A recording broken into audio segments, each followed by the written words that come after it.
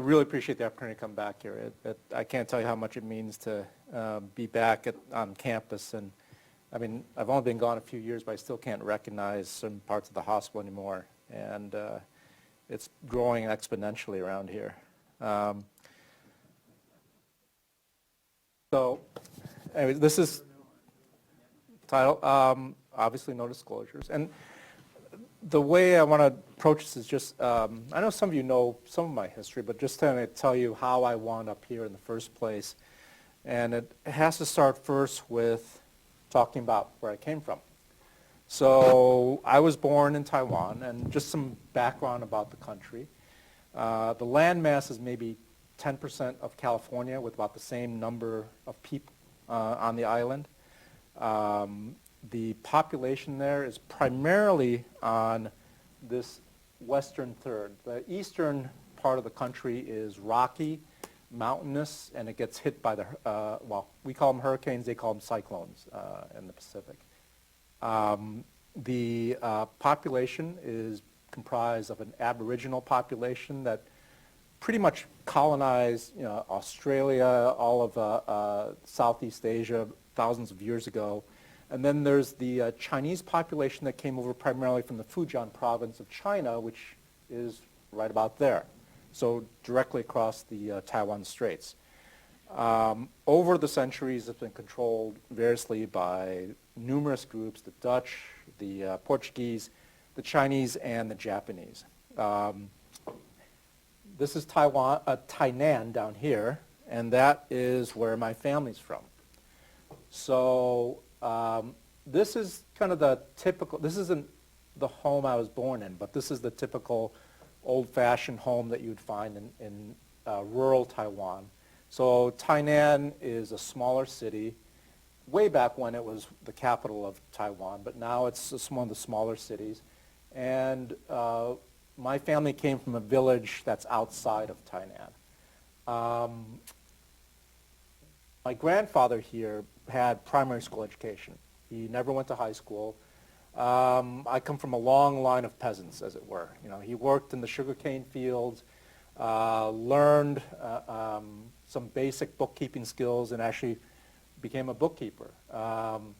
He was born during the Japanese occupation, and so as a result, he grew up fluent in both Japanese and Taiwanese. My grandmother was the third daughter in her family, and this is all my father's side. And, you know, unfortunately in that time, society in Taiwan was pretty patriarchal.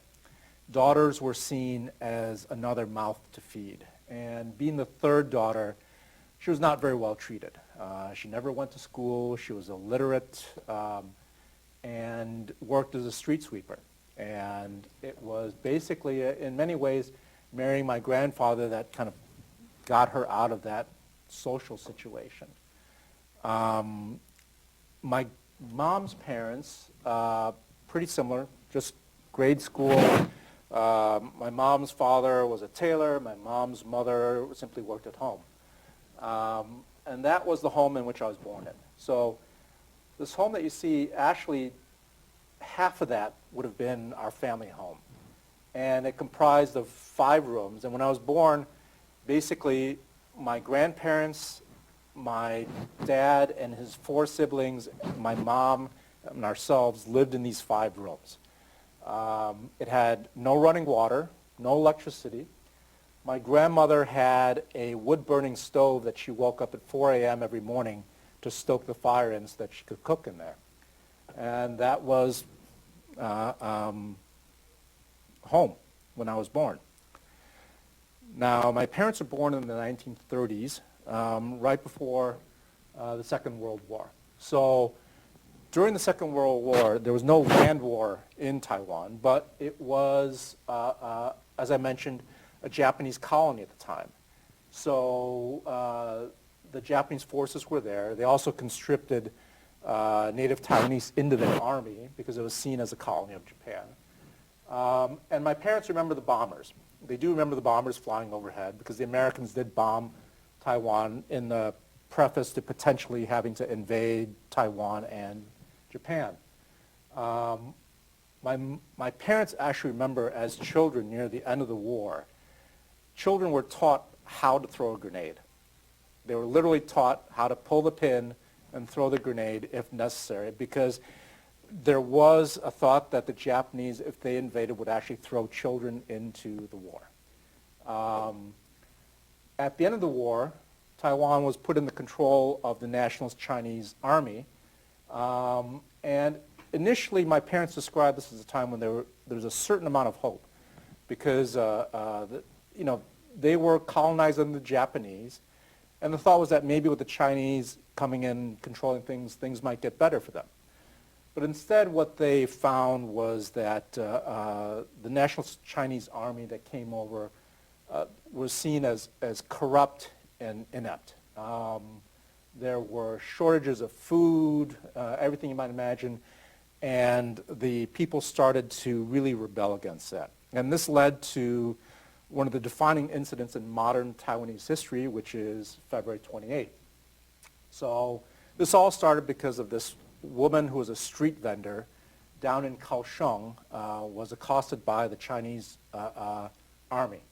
And they beat her, and this turned into a mass protest. And most people here probably have never heard of 228, but it was a major event in history. And the Chinese army cracked down on the dissident population. It was estimated that about 20 to 30,000 people were killed in the aftermath of this uprising. And most of the deaths happened in the south of the country where my parents are from, because that was where most of the protesters came from.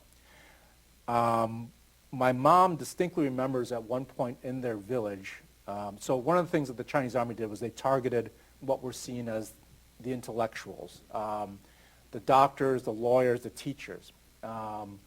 And in their town, in their village, they shot one of the lawyers in a park, the local park, and they wouldn't let the family retrieve the body for 3 days, so that it served as a lesson for the remainder of the local population not to take part in the uprisings. And these are events that were sort of burned into my parents' head, because they were, in their tween years, just becoming teenagers at the time. Over time, this was the start of what was known as the White Terror, which was a period of, still is the longest period of martial law in history, in modern history. It didn't end until the 1990s. There was an island called Green Island that was sort of the equivalent of Robben Island for South Africa, where dissidents were sent. And there were over 100,000 people sent there. Many were tortured, and some were killed. So my parents grew up in this era of repression. And I was born in the 1960s. So as you see, barefoot in the dirt, playing in the dirt. There's no running water, so we took a bath in a plastic tub that was filled with water. So this was life when I was young. And I didn't sense any deprivation at the time. I mean, if you know traditional Asian society, I was the oldest son of the oldest son. So my grandfather made sure we were taken care of as best as we could. And it didn't seem like a horrible life to me, but then I was only, 4 when I came to the U.S. This is my parents at the time. And because of the situation in Taiwan, and it's hard to tell nowadays because of how prosperous the country is, but it was a much poorer country back then. And one of the things that was important was because of the political repression that I mentioned, the sense from my parents was that, one, if you had any political beliefs that were contrary to the ruling party, you were a target. Secondly, if you were not part of the ruling Kuomintang, which is the leading party in Taiwan at the time, your chances for advancement within your job were limited. And so for both political and economic reasons, my parents thought about coming to the U.S. And I've mentioned this before, but this is what drove them here. And this is the Immigration and Nationality Act of 1965, which changed how immigration to this country worked. Before this, everything worked by quotas. Okay, so let's say 1960, the population of the United States was 50% English-Irish. That meant they allowed 50% of the entire immigrants into the U.S. were allowed to be English-Irish. given that Asians at the time represented like less than 1%, that means that there's maybe 100 Asian immigrants at a time every year allowed into the United States at the time. So what changed was number 3. This professional scientists and artists of exceptional ability suddenly were allowed to be given 10% of the immigrant population. And this is where my father fit in. So by the time this came out, my father had finished school. He was a civil engineer. He'd spent 2 years in the Army, as was required back then, and he was working. But he looked at this as an opportunity to come, and it still wasn't easy. So in order to come to the U.S., there was a national test that was given. And every year from the country of Taiwan, about 100 people or so scored well enough in an exam to be given the opportunity to come to the U.S. So if you did that, the next step was that you then had to apply and get accepted at a graduate school here, which my dad did. He came to the University of Iowa, got his master's in civil engineering. Then he had to do well enough there to get hired by a company, which luckily he did. And so he went to work in Chicago at a place called Harza Engineering. It was a consulting engineering company. And back in the 1960s, since a lot of the residents here definitely weren't born back then, the hydroelectric power system in the U.S. and around the world was being developed. This was sort of like the technology of the time, as it were. This is what was changing countries. And Harza was a company that specialized in major hydroelectric projects. And my dad worked on this, the Tarbela Dam in Pakistan, which was and still is the largest earthen dam in the world. But he came to work here, and once he got established in work, he was able then to bring myself and my brother. So at that time, I was born, and my second brother, who was a year and a half younger than me, were born. And the two of us came with my mom. I have always admired my mom so much for coming here and doing this, because she had done about as much education as girls were allowed back then. She went to high school, she went to a teaching school after that, and that was sort of like what the most girls were allowed to do. So she was a teacher back in Taiwan. And of course, coming here, she couldn't do that. So she had to give up everything that she did beforehand. She came to a country where she essentially had no purpose other than to take care of us and my dad. She left all of her family behind. She would only get to see her father one more time in person before he passed away. She came to a place where she would walk in the grocery and practically recognize nothing on the shelves compared to what she was used to in Taiwan. And she adapted. She was able to make a life of it. And at first she took care of us, but then once my youngest brother was born and went to school, she went to work. And she went to work here at Motorola. Back then they were known for two-way radios, if you remember those things. And she literally started on the factory floor assembling two-way radios. Again, for the residents, you won't recognize this, but this is what's called a key punch machine. Back in the old days of computers, in order to write a program, each line of code was inputted into this key punch machine, which put out a little key punch card. And that was each line of code in your computer program.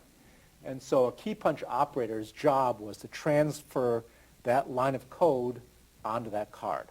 And my mom went to the community college to learn how to do this and worked her way, advanced herself within the company and made a career of herself at Motorola before she retired. And that was in the northwest suburbs of Chicago. And that's where I was born. And so, this is the town in which I grew up in, Palatine, northwest suburbs of Chicago. This was my high school, very good high school, but back then, you can see diversity was not an issue back then, all right? There was practically nobody who wasn't white, Catholic, or Lutheran in my high school. And you grew up hearing it. You knew you were not one of the clan, as it were, in that high school. But I think I found something to do when I got to Northwestern, because it was at the school. And for me, what changed a lot was going to college, because suddenly I was at a place where I felt like I was valued more for whatever I thought about intellectually rather than the way I looked. And it was a great place for me. I have to admit, I was not that interested in medicine at the time. I was sort of like a typical Asian kid where your parents are telling you all the time, go to med school, go to med school. And I was like, okay, I guess I'm going to med school by default. And I did well enough that I could get into med school. You know, it was much easier back then than it is for everybody nowadays. And the other part, odd part, was given what I do today is science was okay, but I was much more interested in literature, history, sociology, whatever. And part of what I learned is the way they teach science in undergrad sort of sucks. You know, I don't know if you remember, there used to be something in biology called the central dogma, which is that DNA becomes RNA, becomes protein. And everything was taught as facts to regurgitate. And that's part of why I didn't like about biology, I think. Once I got out of undergrad and into med school, I started doing and getting involved in research, and I realized that I liked the thinking that went into biology. Because if you actually do research, it's not about regurgitating facts, it's about solving problems. And I learned to like that. What I really learned is I liked the academic world, and that would play a big part in what I would do later. I decided I wanted to become an academic, and I figured the way to do it was to get a PhD because I really enjoyed that. And so Lester was my PhD advisor.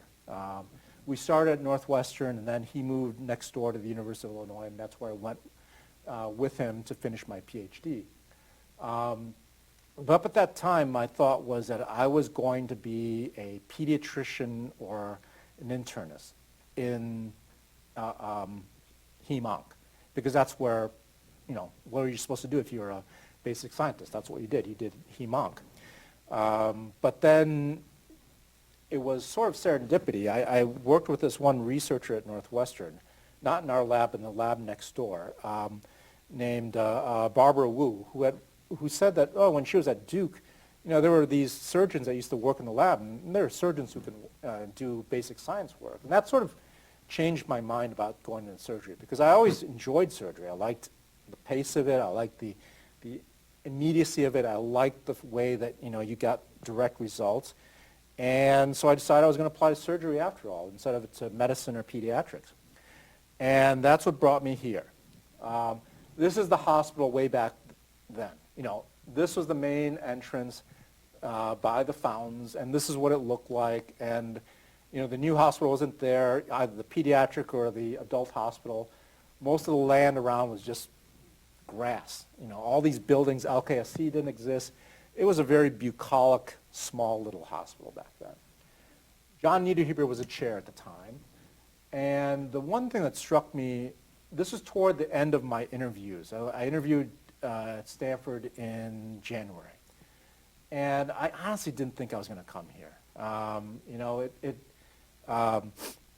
I thought I wanted to do, you know, the Boston hospitals, the Hopkins, whatever, the ones with the, you know, back then Stanford did not have the greatest academic reputation, at least within the world of general surgery. Stanford's reputation was cardiac back then. But the thing that changed me was my interview with Ron and meeting John Niederhuber. So when I interviewed with Ron Weigel, who was here at the time, who is now the chair at the University of Iowa, we actually spent most of our time discussing a promoter analysis that he was doing in his laboratory. And that's when I began to realize that there were surgeons out there doing the type of work I was doing and what I was interested in. And when I interviewed John Niederhuber, he actually had on his desk a copy of Cell and Science. And this is after interviewing at places around the country where people kind of questioned the value of doing molecular biology research as a surgeon. You know, back then, people were still doing dog experiments and you know, doing general physiology type experiments to do research. And that was sort of what surgical research was back then. But the the two of them seemed to get it.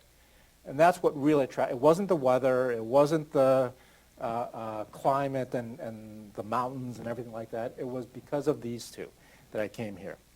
And as I mentioned, when I came here, when I matched here, the first thing the faculty at Northwestern said, oh, you want to be a cardiac surgeon, because this was Stanford surgery at the time. Norm Shumway was the preeminent, even though cardiac is a different department, he was the one that people knew here.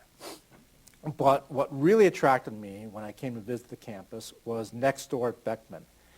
And a lot of you may not recognize these names, but these are 5 of the preeminent people at Stanford at the time. All 5 are National Academy members. You have 3 Lasker Prizes, 1 Genetic Prize of America, and 1 Nobel laureate among these 5. Any single one of these at most university campuses would be considered, the preeminent scholar. Stanford was full of people like this, and it was amazing to me. It was at that time, and still is, the preeminent biological research university in the world, by far. I mean, the quality of the people here just made me want to come here, because I wanted to do that type of work. So I started residency here. And this is me doing rounds with Carlos. I think I was a PGY 3 at the time on transplant. It was a very different time, and this is in the ICU. I don't know if Tito's still around. I mean, Tito's been around forever. He retired? Oh, okay. Tito finally retired. Now for the residents, this is what Stanford surgery was like, the residency was like back then. So it was every 3rd night with some every other night call. You rounded every day, weekends, whatever. You were expected to be in the hospital every day. The golden weekend meant you were not on call Saturday or Sunday, so you actually, could sleep in your own bed for 2 nights on the weekend. But you were still coming in around. There's no EMR. And as much as people think poorly of the EMR, I think it's awesome, because I would get some patients with a stack of 10 paper charts to plow through to figure out what happened to them, with 20 more charts coming from the warehouse where they were stored. You couldn't read anything in there. You couldn't tell what happened to them. You would spend hours digging through it. The other part of life as an intern back then was how much time you spent running around just gathering data, because there was no centralized place for it. There's a computer where you got your labs, but then there's a separate computer down in microbiology to get culture results. You had to go to radiology then to actually get the results from radiology and to actually check out the films, because you didn't have the ability to pull up films on your computer. So to check out all the films you needed for the upcoming cases for the week. You went to pathology again for a separate computer system to get results from pathology. So you literally spent 2 to 3 hours every day running all over the hospital, gathering data. That's all you were doing. And now it's on the EMR, and you can just pull it up at your fingertip. It's saved hours and hours of work. I know autonomy is a big thing now among residents. And the thing is, we didn't have autonomy back then either. We were not going in the operating room, operating by ourselves with nobody looking after us. I did not do a single case by myself other than maybe the Appies as a chief at the Valley sort of thing. So, it wasn't that much different than it is now. I mean, there's always somebody there. So that was sort of the way the residency was. The very first day of residency for me was probably my absolute worst. I had this idea I was going to wake up at 3 o'clock, get in here pre-round, get my notes done, be ready for rounds, and of course I forgot to set my alarm. So I woke up at 6 o'clock. All I could do was call, apologize profusely, and assume I was going to be fired the instant I walked into the hospital. But I survived, thankfully, and made it through the residency.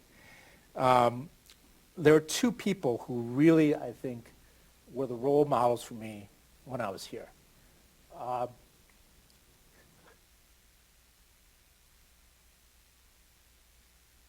Excuse me.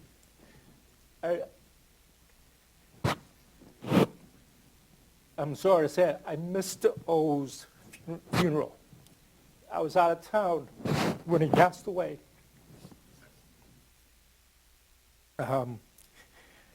He was the kindest, most gentle person I ever knew. Even after I finished residency, he would drop me emails, ask me how I was doing. He'd read about something I'd done, congratulate me. He was the nicest guy ever, in addition to being a great surgeon. Ward Trueblood was the same way. The two of them were unique in that they didn't care what their national stature was like. They didn't care about anything other than being decent people. And they were two of the most decent people I ever knew. In my mind, that's all I cared about was living up to the example that the two of them set for me. And luckily I got to see Ward a couple years ago at the American College. And I hope he's doing well, but I miss all.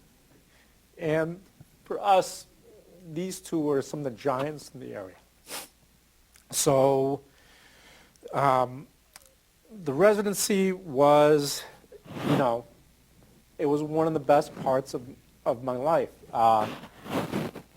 We were not running up to the city all the time, going to restaurants or partying, whatever, people thought we did. I mean, then as now, the Bay Area was a difficult and expensive place to live in.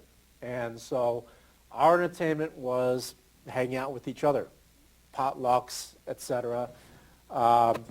People might recognize some of the people in the crowd here, Randy Green, Bob Lee. Bob Lee's still in the area. But, our community was our residency crew. And these are the people who became some of my closest friends.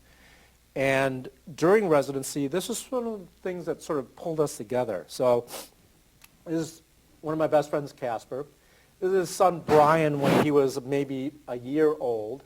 This is Brian just a couple years ago, graduated from college at USC. But one of the things that happened when Casper was in lab was his wife got diagnosed with CML.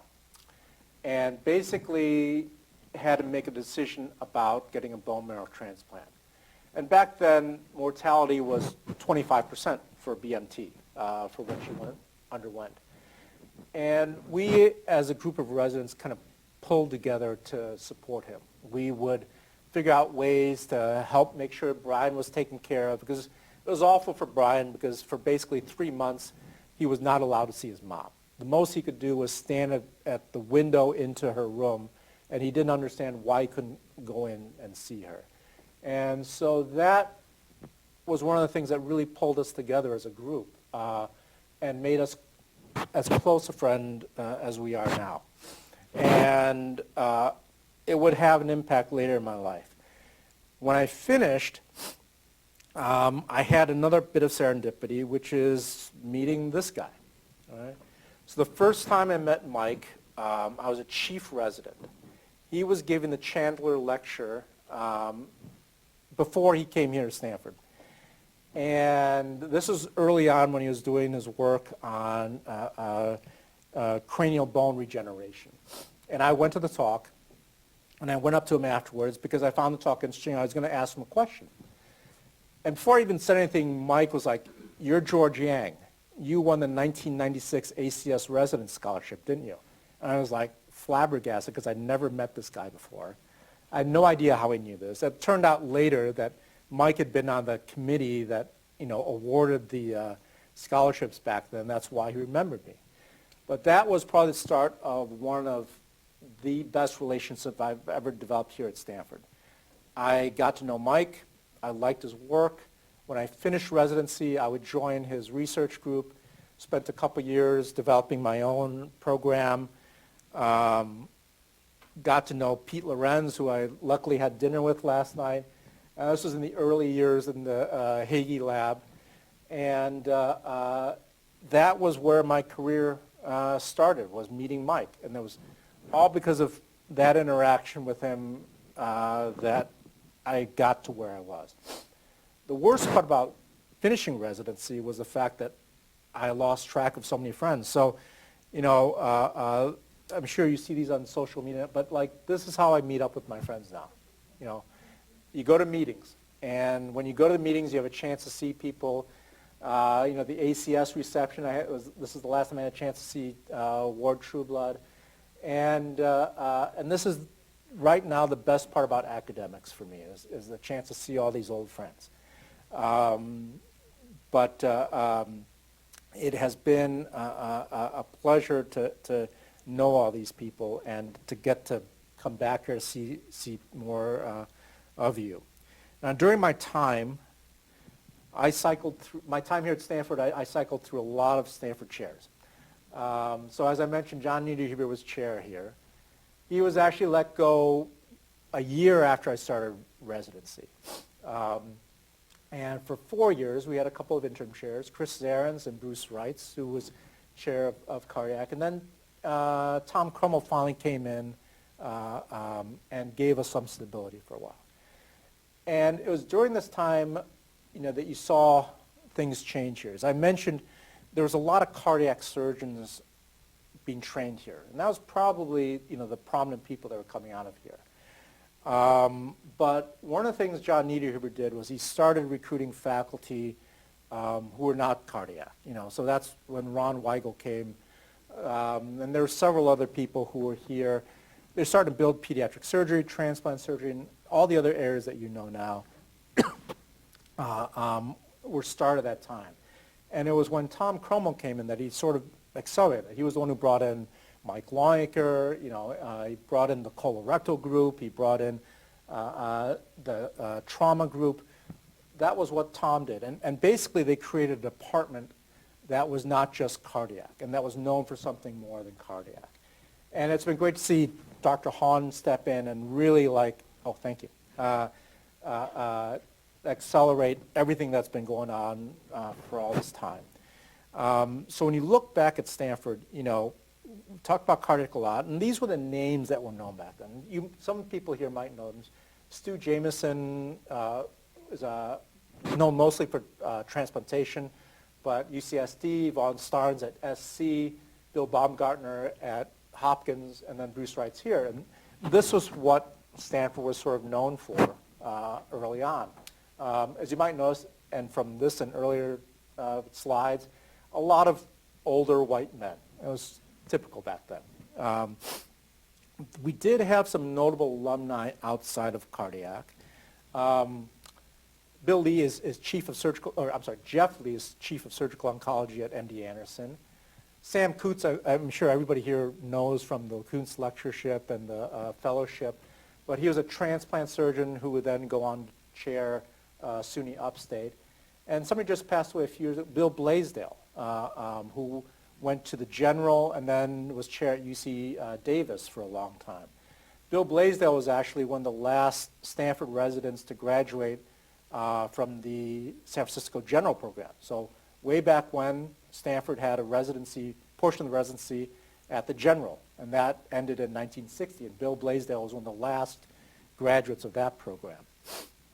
So that was sort of the old Stanford, and you know, when I finished residency, I started doing my bit as one of the faculty. I'm sure that, well, I know that I was probably a little tough on some of the residents, and you know, my evaluation, the residents definitely let me know in the evaluations how much of a jerk I was. But I'll tell you that the reason I was always so tough is because in my mind, you know, you were now, once you were a resident here, you were part of the family, as it were. Part of that lineage that goes all the way back to Blaisdell, but included my fellow residents and all the people I trained with you know, the people who are still here, Mark Melcher and all the other, in my mind, you were one of us. And I was damned if we were going to put out anything less than an outstanding product. It would have killed me to know that a Stanford resident left somewhere and somebody said, oh, they were mediocre. You know, I wanted every resident coming out of here to be outstanding. And that was why I was so tough on the residents in the OR and the clinic. is I expected the best out of everybody coming here. And one thing you'll see is that over the years, this is just a partial, sorry, wrong button. Some pictures of some of the people, and these are non-Stanford people. You know there are at least 10 more Stanford residents who are on faculty here already. But they're all over the country. There are some cardiac people, but there are also pediatric surgeons, there are medical oncologists, or surgical oncologists, transplant surgeons, and they're all over the country. You can see the institutions they're at. Several are leaders. One, John Langell, is actually CEO of Northeast Ohio Medical School. So the face of the people who've come out of this place has totally changed, and for the better. And you can see how many people are out there now who came from this place and who are doing great things all around the country. So this is where my pride in this program has always been, and these people who've gone out there. As Dr. Kibibu mentioned, you know, I got an offer I couldn't refuse from this guy, Herb Chen. I'd known Herb for years, and he always kind of like asked me about going to wherever, whether it was Wisconsin and then UAB, and it just so happened that when he asked me about coming to UAB, the timing was right and the position was right, so I made the move to UAB. And it has been a great place for me. You know, believe it or not, this is a picture from the Chinese New Year celebration at Dr. Dan Chu's house. And this is like the first Chinese New Year celebration I've been to, even despite living here for 20 years. And this is in Birmingham, Alabama, of all places. But it's been a great community, and I've totally enjoyed my time there. Things changed for me a little bit. Toward the end of 2019, I got diagnosed with cancer. And 2020 was a lost year for me, not because of COVID, but because I spent 6 months getting chemotherapy, I got radiation, and I had surgery. And then this last spring, I recurred, so I have metastatic disease at this point. Luckily, the things that got me through were some of the things that we talked about. All my friends from Stanford and elsewhere. I did want to acknowledge a couple people here. I think my wife wishes I gave her flowers as much as Mary's given me in the last year. She's been terrific during this last year. And Mark has been one of my best friends here. And he's been extremely supportive during this time. And it's because of these friends that I've met through Stanford, through academics that have got me through. This is this last spring, you know. So I mentioned Mike, and the value of the friendship can't be put in any amount of dollars. Mike has come out a couple times to support me in Birmingham. You see a number of the people I'm sure you recognize from previous slides, but everybody's come out there. And one of the things that Herb did was, when I first started chemotherapy, he actually did an Excel sheet with a schedule for me to make sure that there's somebody driving me back and forth, making sure, you know, he literally would send people to my home with food and told them to watch me eat it to make sure I kept my nutrition up. My family came out, my wife, everybody got me through this, these last couple of years. And I would not have done it, I can't imagine being able to do it without all their help. And in large part, it was due to the relationships I built here at this program. So just to summarize, this is sort of what, you know, I learned. For me, I realized that being an academic is a privilege. You know, I think sometimes we forget that a lot, and we begin to expect things. You know, why isn't there a resident in my clinic? Why isn't there a resident here doing this for me? It is a privilege for us to be able to work with residents and do what we do. So for me, I feel like one of the things I've always tried to do was give back as much as I could to the residency program, because that has been absolutely one of the greatest honors of my life, is to be associated with this program and with the idea of training future surgeons in general.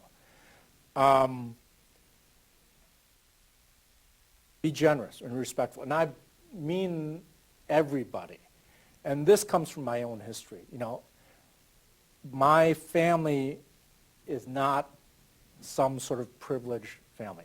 My grandmothers swept streets. You know, they were manual laborers. They could be no different than any person, you know, cleaning bathrooms here.